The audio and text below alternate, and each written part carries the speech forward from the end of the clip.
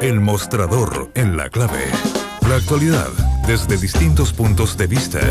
Un espacio para la discusión bien informada. El Mostrador en la Clave. Con el equipo de El Mostrador. Estamos al aire y ya tenemos El Mostrador en la Clave. Tenemos a Federico Ayonón del Mostrador, por supuesto. Y tenemos a Mirko Macari también. ¿Cómo estás, Mirko? ¿Qué tal, Fernando? Buenos días. Muy buenos días. ¿Qué le parece a usted? Yo no voy a adentrarme en los detalles de las responsabilidades últimas o técnicas, pero ¿qué fragilidad se muestra cuando, por lo menos aquí en la región metropolitana, llueve un día y ahí se paraliza 27 comunas?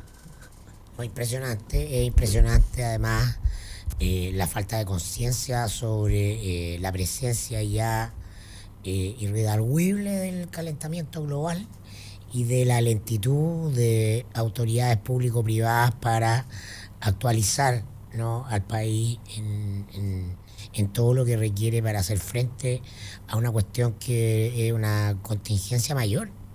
Es mayor, va a alterar nuestros modos de vida de manera decisiva y cada vez de manera, y estamos sin nuevos modelos de respuesta ante este tipo de requerimientos.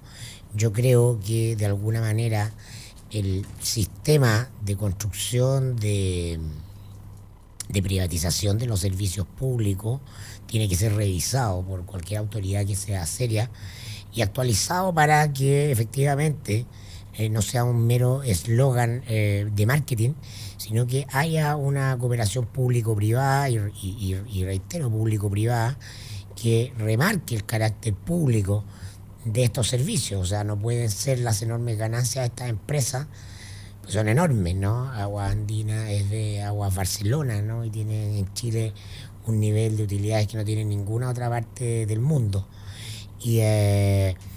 Y que tienen votado la construcción de las obras que se requieren para que estos eventos que en el Cajón del Maipo se vienen repitiendo hace un tiempo no sigan causando esto. Estos son unos embalses que tienen que hacer arriba, caros por cierto, pero que son parte de el buen servicio que deben prestar. Yo me imagino el escándalo que habría si la Agua Andina fuera una empresa estatal, ¿no? Es decir, la construcción de un discurso comunicacional para demoler permanentemente lo público. Y esto no me identifica con lo estatal, porque creo que la decadencia de lo estatal en episodios como el Sename, ¿no?, demuestran justamente que hay que reconstruir la virtud de lo público desde un lugar diferente a quizás como se consiguió en el pasado, pero es imprescindible. Y los políticos no se oye más. De hecho, políticos, muchos de los cuales fueron financiados por Agua Andina. Es una de las empresas que más pagos a políticos registra dentro de los casos, ¿no?, que han sido ventilados. Se pagó a través de Agua Andina Jaime Aguirre y Mario Conca. En definitiva eran pagos para la campaña de Sebastián Piñera, para ejecutivos de su canal. No se pagaba Agua Andina reiteradamente mensualidades a Andrés Saldívar desde que salió del Ministerio del Interior en el gobierno de Michelle Bachelet.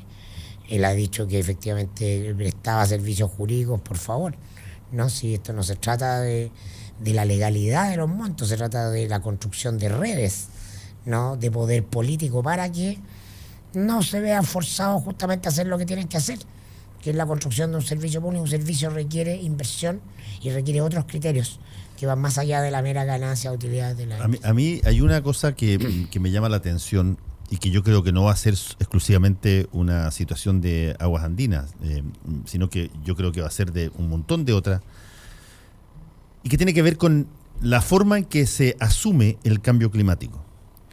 Hay bastantes formas de asumirlo. Una de ellas es decir, mira, tenemos que aumentar la fuente de acopio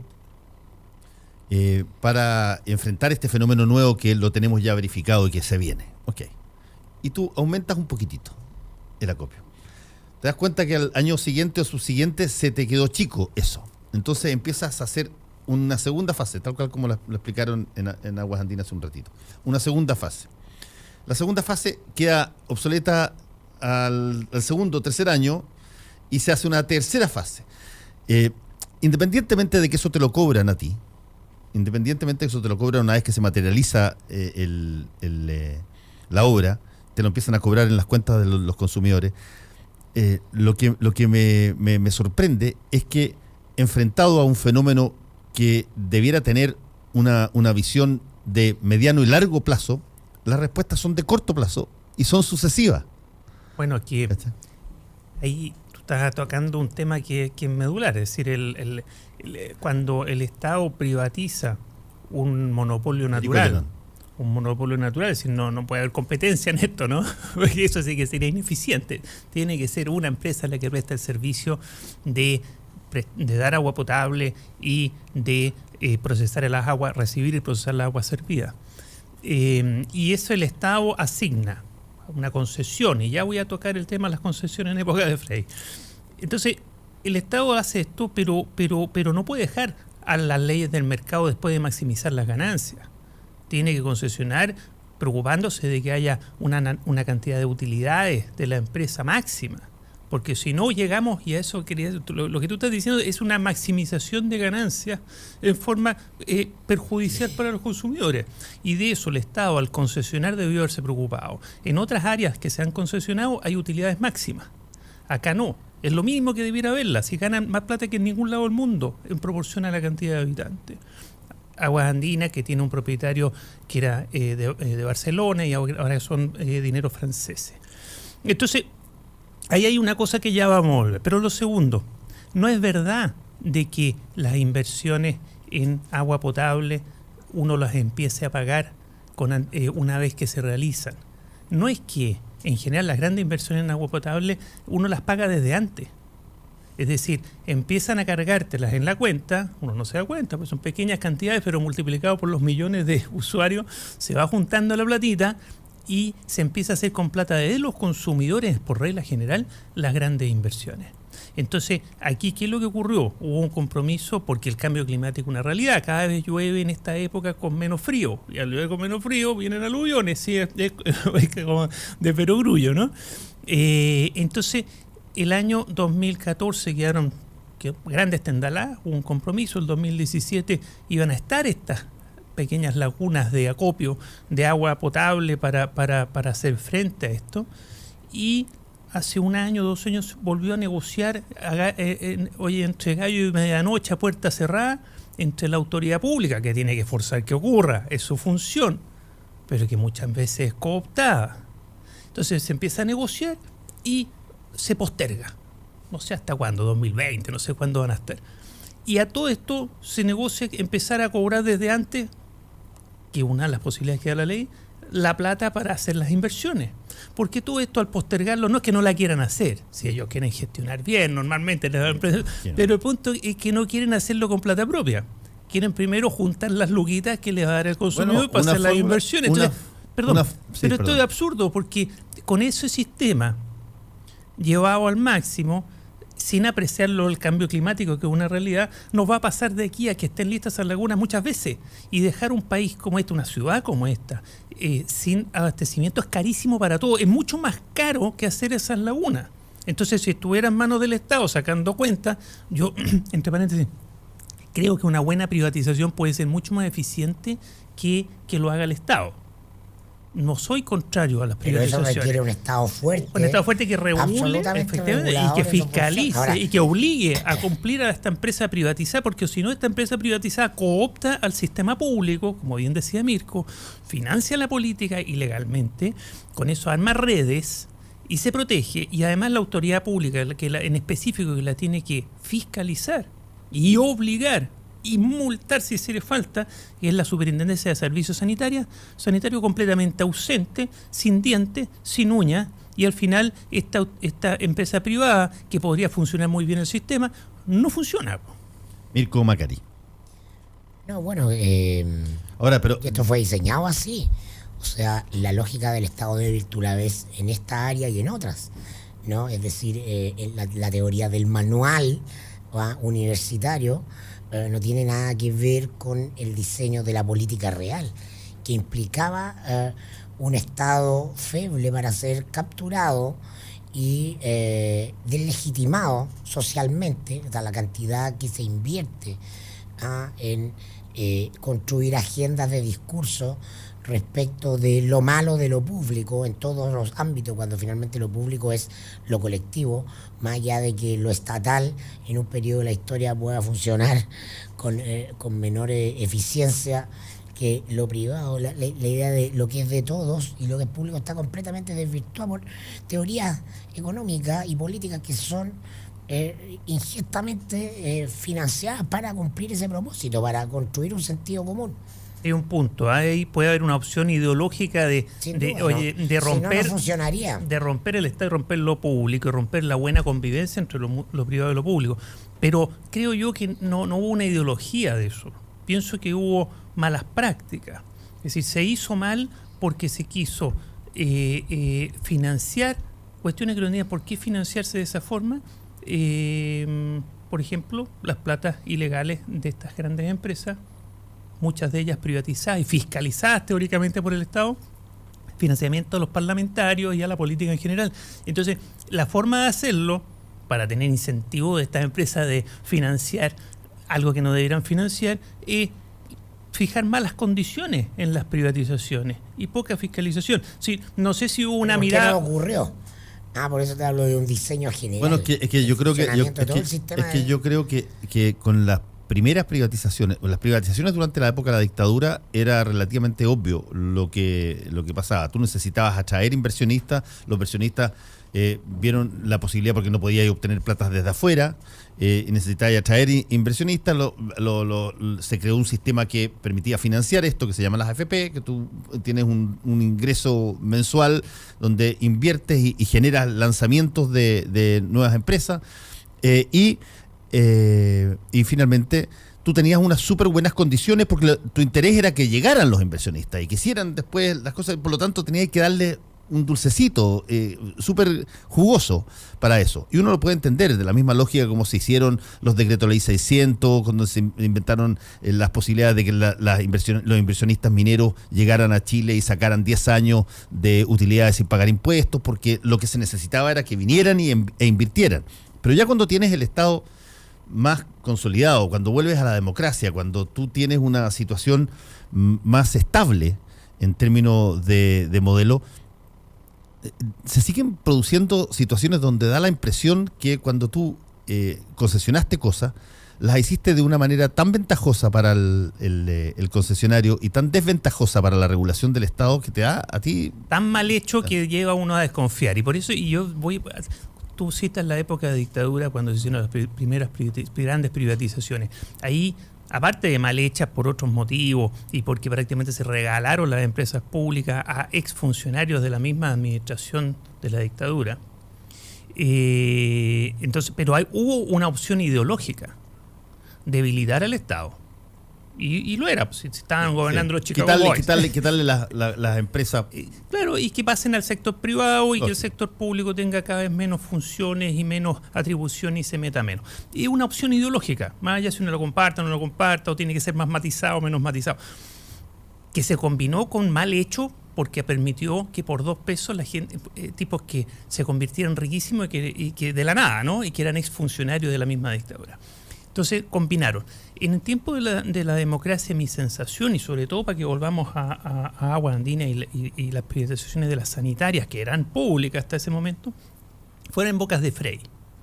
Nadie puede decir que Frei es un neoliberal profundo, ni de su gobierno eran neoliberales. Convivían con el sistema que heredaron y que fueron los gobiernos de concertación mejorando parcialmente, haciéndolo menos extremo su neoliberalismo. Pero al momento de privatizar, por lo mismo, yo no creo que haya habido una opción ideológica de debilitar al Estado. Hubo una cosa práctica y mal hecha. Entonces uno puede llegar a pensar incluso exprofeso mal hecha. Porque si no, ¿quién explica que hoy día sea presidente de Aguas Andinas el hombre más cercano a Frei en el gobierno de Frei? Guillermo Piquenes. ¿Quién explica eso? ¿Quién explica que salga ahora un gerente de Aguas Andinas diciendo no, que lo estamos haciendo, mira, un año un poco más, un año otro? Si cuando lo que están esperando es financiar con plata de los consumidores lo que van a hacer. Y cuando el sistema de privatización lo que espera es que el privado llegue, meta plata que el Estado no está en condiciones de meter, ni que saque de los impuestos, porque eso es lo que son los usuarios, ¿no? Son ciudadanos. Entonces, o lo saca de impuestos o se lo van sacando a través de la cuenta.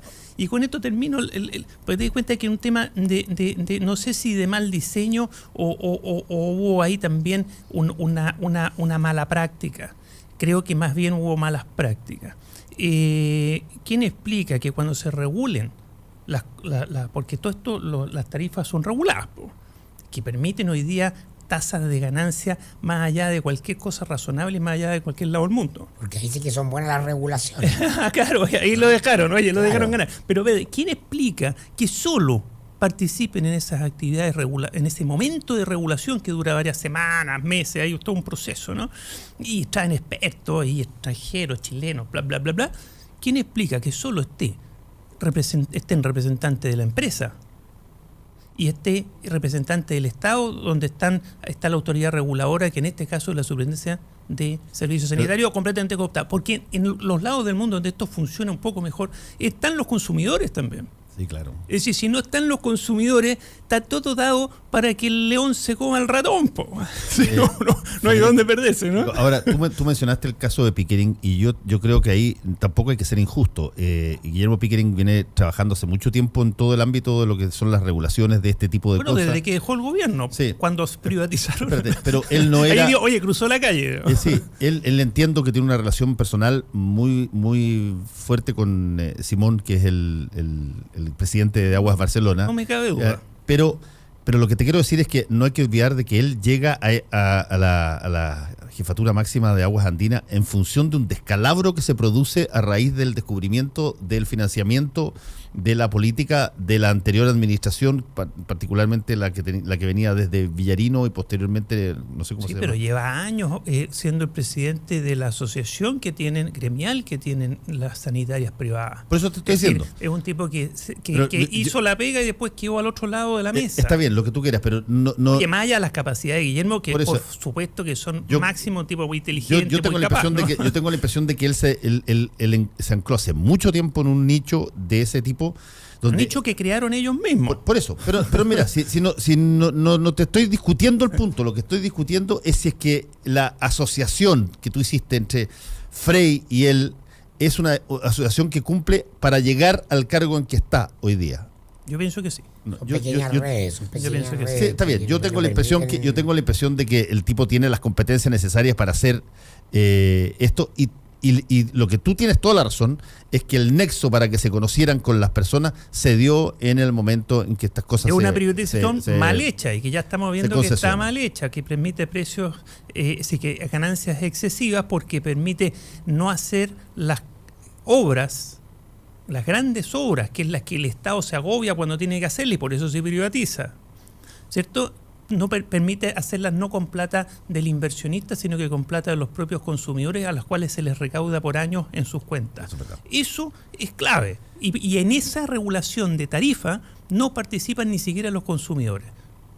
Yo quiero no dejar pasar esta oportunidad del mostrador en la clave para tocar el tema que a mí, cuando lo escuché ayer, porque después lo vi en la noticia, que está en el video de la radio Duna, creo que era donde lo dijo, me da a mí la sensación que se inició una cuenta regresiva ya casi irreversible dentro de la democracia cristiana con las palabras de Mariana Elwin ayer, donde ella dice, y ustedes traen hoy día una nota al respecto en el mostrador, donde ella dice que si Carolina Goich no está en la papeleta, la mayoría, dice así, de la democracia cristiana va a votar por Sebastián Piñera y no por Alejandro Guillé.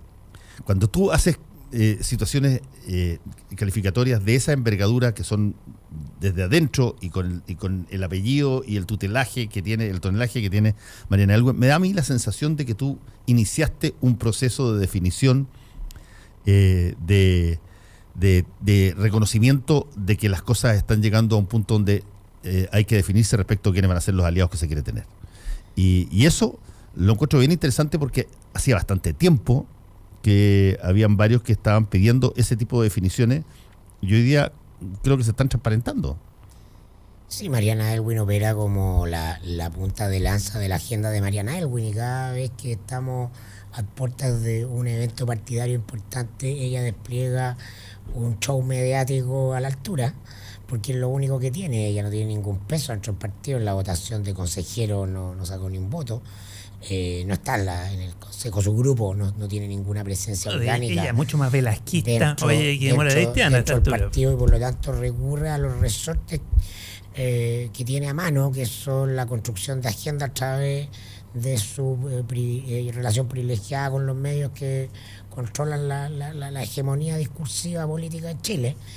Y en eso está. O sea, ella siempre ha operado a partir de eso, tiene muy claro cuál es su fortaleza, y desde ahí fuerza su agenda, pero en rigor la discusión al interior del Partido Demócrata Cristiano va mucho más allá de lo que nos pueda llamar a nosotros como periodistas y como medios de comunicación los dichos siempre sabrosos de Mariana Elwin, porque tira el elástico hasta el límite. En ese sentido te hay que agradecerle, nos regala titulares, no, pero la verdad política, por supuesto, sí, es un juego, es una dimensión, la dimensión comunicacional de la política es muy relevante y bien, pero no es toda la política. Cuando Goy dice voy a primera vuelta, no está pensando en que tal vez si va a Guillé y yo no, voy a votar por Piñera. Eso te lo firmo, y el 99% del Partido Demócrata Cristiano tampoco, porque Mariana Elwin y su grupo son socialmente cercanos al piñerismo. Piñera viene del riñón de la DC, su padre no es un connotado demócrata cristiano, fue embajador de Frei Montalva en Naciones Unidas. Por favor, lean las memorias de don Gabriel Valdés, son notables las anécdotas de don Pepe Piñera. Era un tipo muy particular. Haciendo broma en las Naciones Unidas. Cuando Piñera asume la presidencia, lo va a ver Patricio Elwin, Gabriel Valdés también tienen palabras obsequiosas a él. Producto de eso, entonces Mariana Elwin y Sebastián Piñera se deben tratar de Mariana y Sebastián. Hola, ¿cómo estáis? Entonces, y el grupo Mariana Elwin también, que es la de Marianita y...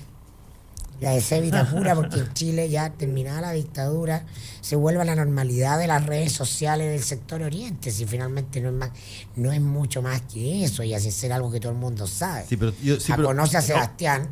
Sí, pero además, lo que Fernando dice es que, pero en el fondo lo que hay detrás de la conversación es que hay detrás de la democracia cristiana. Si sacamos a Mariana Elwin, que yo te encuentro la razón, que es una cosa anecdótica, que está más cerca del velasquismo, yo creo que no influye nada dentro de la democracia cristiana, pero están pasando cosas en la democracia cristiana que está en la nota de hoy. Eso es lo que yo creo que sería importante abordar. Están pasando cosas, y yo creo que esto, si bien ustedes pueden tener razón, digamos, obedece a más bien una agenda particular de Mariana Elwin, no cabe la menor duda que agita pongámoslo de la siguiente forma, una discrepancia ideológica súper potente al interior de la democracia cristiana, que se viene llevando desde hace mucho tiempo y que tiene distintos nombres. En un momento se llamaban los guatones los chascones, o el gutismo versus, qué sé yo, el Gabriel Valdés. Pero lo que sí es cierto es que la anomalía de ser el único partido demócrata cristiano en el mundo, de estar asociado con la izquierda y no con la derecha, yo creo que está pasando una cuenta al interior que va a requerir más a la corta que a la larga un momento de definición al respecto, y quizás se pueda... Yo pienso que no, fíjate, en eso no. Yo pienso que la democracia cristiana es un partido que está claramente en el centro político, centro izquierdo, y ya... Incluyendo a los grupos más conservadores. Incluso los grupos más conservadores son de ese gran área del espectro ideológico. Pero un poquito. Y los que eran más de la derecha, más de la derecha, ya se les fueron. Es que hay que hacer una distinción, Federico. Esos grupos son cercanos a la derecha social, pero nunca han sido cercanos a la derecha política. Exactamente. Entonces, por eso se da esa dualidad. ¿Cuál es la derecha social? No sé, por la derecha Cachagua. La que habla Mirko de Vitacura, Providencia, Las Condes. Ignacio Cachagua, y al lado Andrés Velasco, y Piscosagua con Genaro. Y eso sigue ahí. Y eso va a convivir, pero políticamente no se van a mover del lugar, porque ese es políticamente su centro izquierda, y se sienten cómodos. Mariana Elwin ya no está en la práctica, es marginal. De hecho, ha estado con Velasco hace tiempo, ¿no? Y lo que ocurre son otros los problemas. Los problemas son políticos. Y ahí Mirko nos puede deleitar con la nota de hoy. La Carola Goich, la presidenta el partido está haciendo un equilibrismo súper interesante de aquí a la Junta, porque su declaración de que ya va a primera vuelta tiene que ver con un convencimiento de un proyecto de construcción de fuerza en el mediano y largo plazo del partido. Porque para la primera vuelta falta muy poco, para la primera vuelta no le queda tiempo. Y entonces está enfrentando a la visión de corto plazo del mundo parlamentario, ¿no? Que quiere despejar cualquier duda de ir en una lista única dentro de la nueva mayoría. Entonces ella está estirando un poco el chicle para negociar. La primera vuelta, como lo hemos comentado acá, está más o menos descartada. Pero no significa que, la primaria está más o menos descartada, pero no significa que va a llegar hasta el final, aunque pueda hacerlo. Es decir, hay instancias previas de bajarse para negociar en las mejores condiciones más ventajosas esa lista parlamentaria, pero en el corto plazo el desafío de Carolina Goich es controlar al frente de diputados del partido, ¿no? Que está nervioso con sus declaraciones. Ella tiene que lograr estos días generar conversaciones, redes, acuerdos para cuadrar el círculo interno que se le agitó, además con el caso Rincón, porque Rincón tiene una defensa corporativa de los diputados. Con el diputado, no la el diputado Ricardo Rincón, sí, que tiene una defensa corporativa interesante, que le hace frente a Goich y que a ella la complica mucho porque ella no tiene ni una opción como candidata si no toma una posición radical frente a Goich, porque el tema de género, el tema de la violencia de género es muy decisivo. Entonces va a tener esa pregunta, desplegándose como candidata, que es algo que todavía no ha podido hacer. Oiga, pero el señor Rincón, ¿por qué está ahí? Entonces, si usted no lo quiere, y el partido igual lo reafirma, ¿cuál es su poder dentro del partido? Está en una posición muy incómoda. Entonces, esos dos factores nosotros los explicamos en la nota de hoy, cómo en los próximos días de aquí a la Junta del 29 ella tiene que ser capaz de despejarlo, con el agravante que, a diferencia de Mariana Elwin, sí tiene peso interno en el partido, y mucho el diputado Fuad Chaín, que es un aliado histórico de Goich, ¿no? Y que es quien le está prestando mucha ropa a Ricardo Rincón, porque es parte de ese grupo corporativo de los diputados hombres. Claro, porque si uno lo quisiera sintetizar, está muy bien explicado por Mirko, pero si uno lo pusiera en pera y manzana, llegar a la primera vuelta con una Goich desplegándose puede favorecer al partido como partido y reperfilarlo y eventualmente tener un buen resultado si lo hace bien. Si no va a primera vuelta y va a primaria, no hay tiempo para perfilar ni a Goich ni a la democracia cristiana, le va a ir mal en la primaria, evidentemente mal, y puede incluso producirse un efecto que le llaman ahora efecto Rego, ¿no? Que la dejen sola y que le vaya pésimo. Pero paradójicamente, si optara el partido por esta segunda alternativa, puede mejorar su rendimiento parlamentario. Pero también hay soluciones intermedias. Claro, la intermedia es la que menciona Mirko, que es alargar la cuerda, cosa de que... Hasta agosto, que es el momento en que se inscriben las candidaturas presidenciales y parlamentarias. Pero en pera y manzana pero eso... Pero tú dices que se alarga, pero finalmente no se presenta. Es una posibilidad. Claro, porque... Negociando. Carolina Goich no sube de los 2 puntos que tiene hoy día. ¿Va a ir a una primera vuelta para salir debajo de París y de Meo? No, pues eso es más ignominioso que perder la primaria ahora. Entonces todos esos factores están ahí. Pero lo más probable es que no ocurra eso, porque si tiene esa cantidad de meses se va a perfilar y la democracia tiene un partido ordenado, si es que lo logra ordenar, por supuesto. Pero las encuestas son demoledoras, porque tú tienes que Ricardo Lagos se tira a la piscina en 4 puntos y no se mueve de los 3-4 puntos. Pero yo aquí tengo una diferencia, con Mirko, histórica, de que yo pienso que Carolina Goich es más astuta y mejor política de lo que muchos piensan. Y una diferencia de fondo. Federico confunde habilidad política, que la tiene y mucha, con el perfil mediático pop que es decisivo para despegar en una campaña. Yo creo que lo tiene. Yo creo que puede llegar a tener. O sea, tú dices, Federico, que tú percibes que Carolina Goich en el futuro se está haciendo, entiendo, el trabajo de campo de la CEP en estos momentos, así que se va a despegar un poco más. Yo creo que está cometiendo un error demorándose en un mayor perfilamiento, y se está demorando porque tiene líos dentro de su propio partido que está tratando de ordenar, ¿no?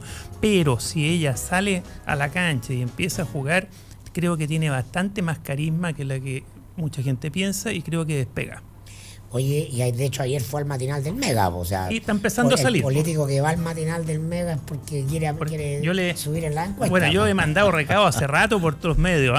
Oye, que tiene que empezar a mostrarse, porque si no, cualquiera de las dos estrategias le van a fracasar. Tiene que mostrarse. La sacaron de la negociación política ayer con la excusa de que es incumbente, es decir, para no contaminarla con, lo que es cierto, con la politiquería. Lo que es cierto es que en el caso de Ricardo Rincón, lo que se resuelva ahí va a ser una situación bastante interesante respecto de Carolina Goich, porque si ella dice que no cree que debiera presentarse e ir a la reelección, y finalmente se presenta y va a la reelección, va a quedar bastante disminuida respecto de su posición, creo. Por eso ahí se juega un todo o nada en la Junta si ella presenta una moción para que no pueda ir a la reelección Ricardo Rincón. Por lo menos comunicacionalmente ha sido súper clara ella de que está enfrentada a los órganos de decisión interna, al Tribunal Supremo, a la institucionalidad partidaria que zafó a Rincón. Es lo que tiene que hacer si el tema de género no tiene opción. Ella es mujer, es un tema de género muy importante y no puede sino jugársela. Al punto si le va a resultar.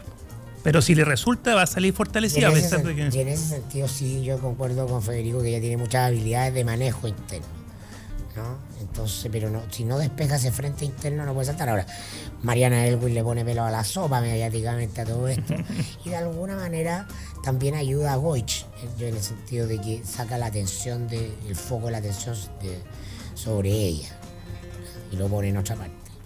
Muy bien, agradecemos a Federico Llenón y a Mirko Macari por esta nueva edición de El Mostrador en la Clave.